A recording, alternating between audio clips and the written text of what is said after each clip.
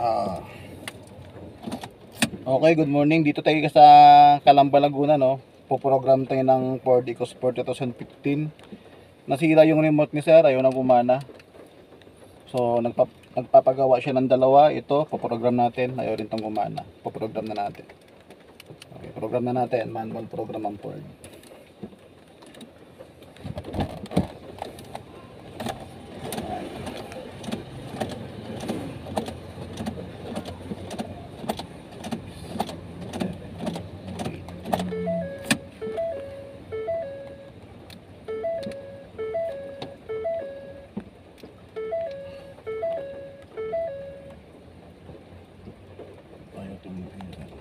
Ayaw talaga.